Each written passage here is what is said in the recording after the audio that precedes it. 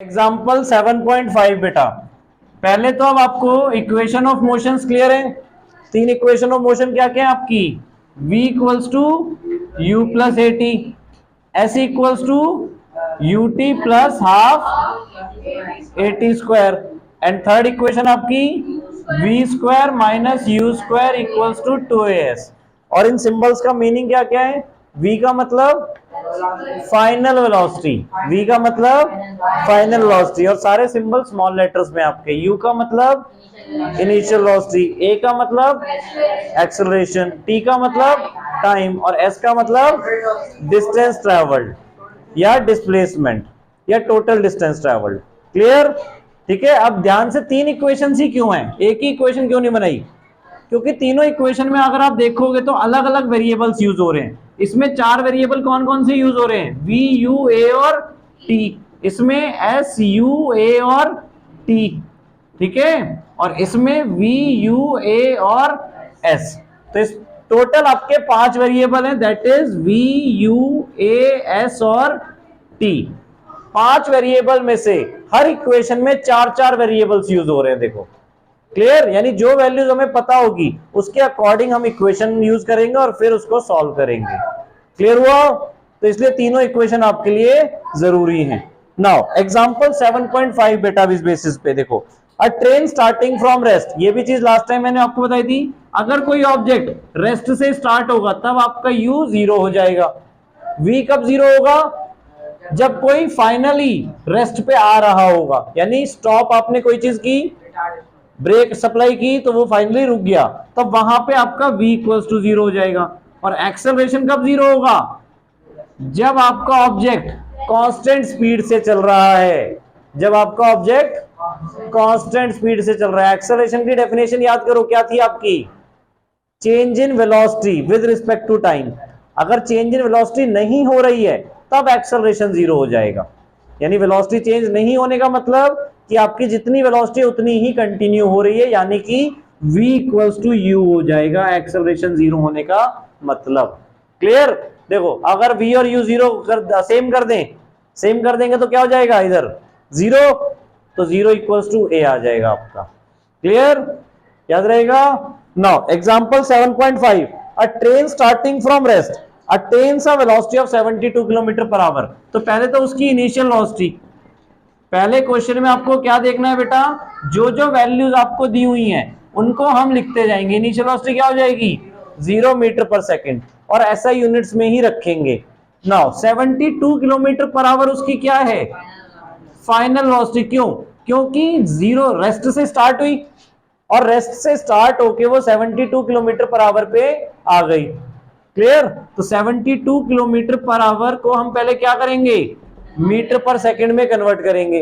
कैसे कन्वर्ट कर सकते हैं अब, इंटू 1000 अपॉन 3600, क्योंकि किलोमीटर में एक 1000 मीटर होते हैं और एक आवर में 3600 सेकेंड्स होते हैं।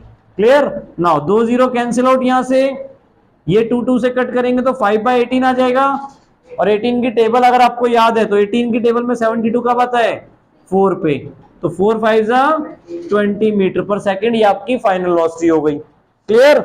नाउ इन 5 मिनट्स, तो टाइम क्या हो गया अब आपके पास यहाँ पे 5 मिनट्स, और इसको हमें किस में कन्वर्ट करना है, तो 1 मिनट में कितने सेकंड्स होते हैं, तो 5 × 60 यानी कि 300 सेकंड्स हो गया।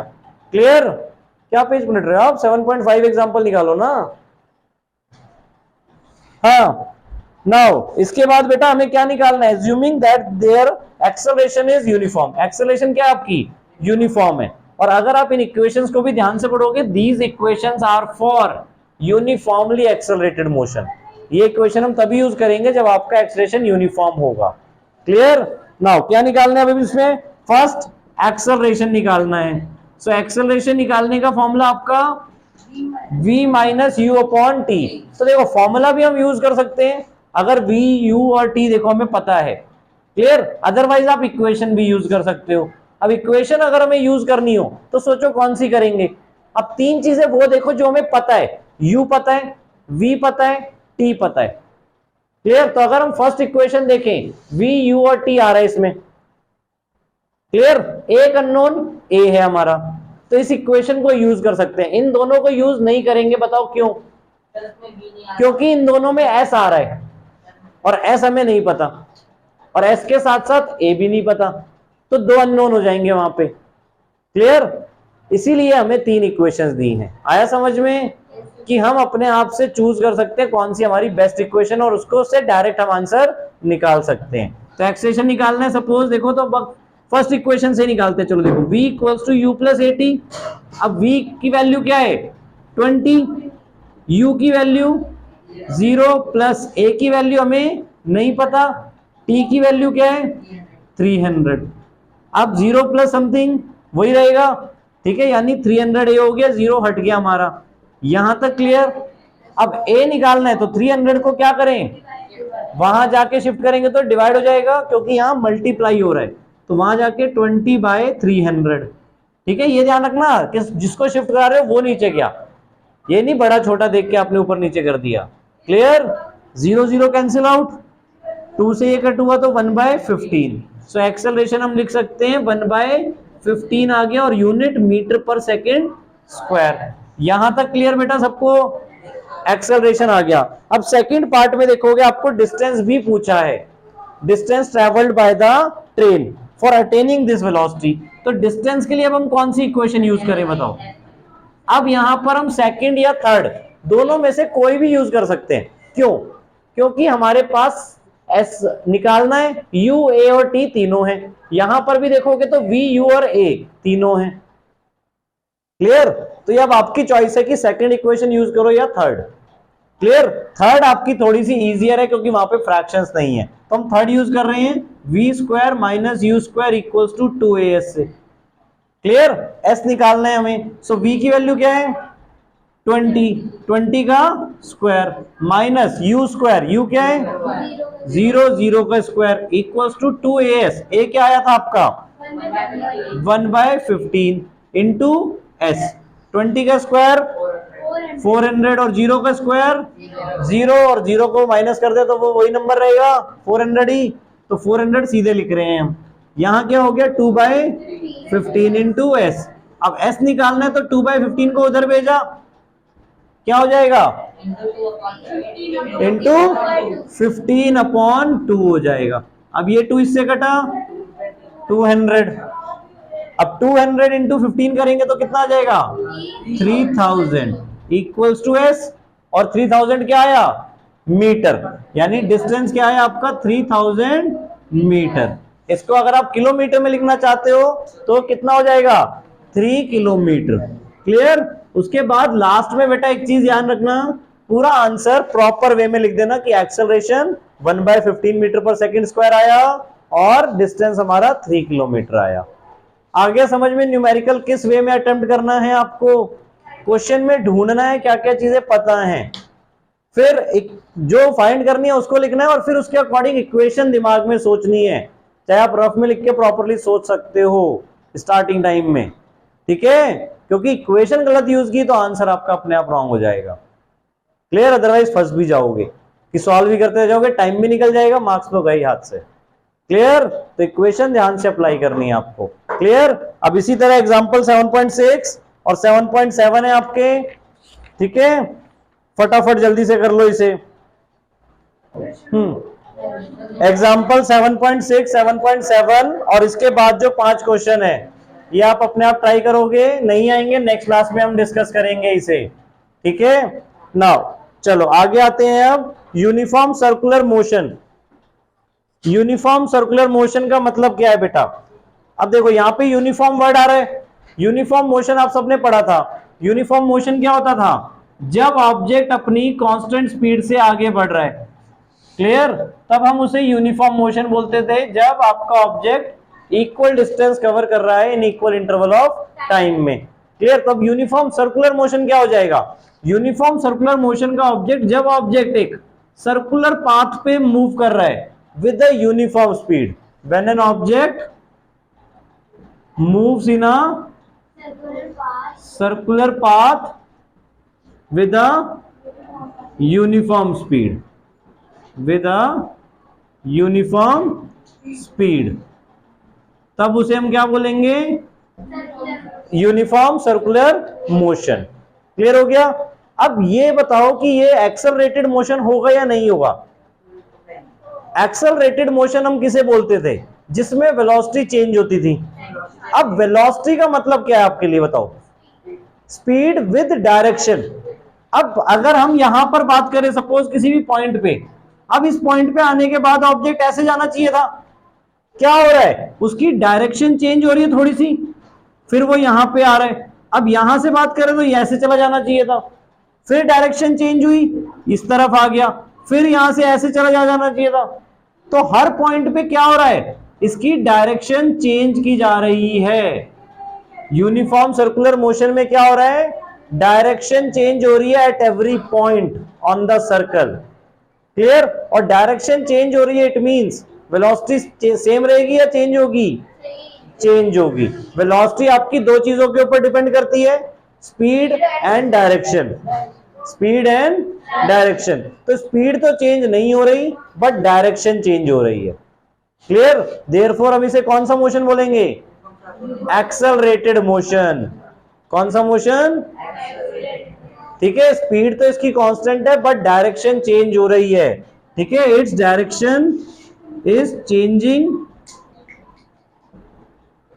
एट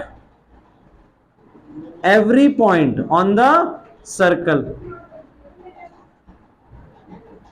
ठीक है, अगर हम बड़ा सर्कल बना लें तो बड़ा वो होता जाएगा। इसका बेसिकली स्टार्टअप कैसे, ध्यान से देखो कि सपोज ऑब्जेक्ट ऐसे रेक्टेंगुलर पाथ पे जा रहा है, तो ये कितनी बार अपनी डायरेक्शन चेंज करेगा? यहां पे, यहां पे, यहां पे और यहां पे।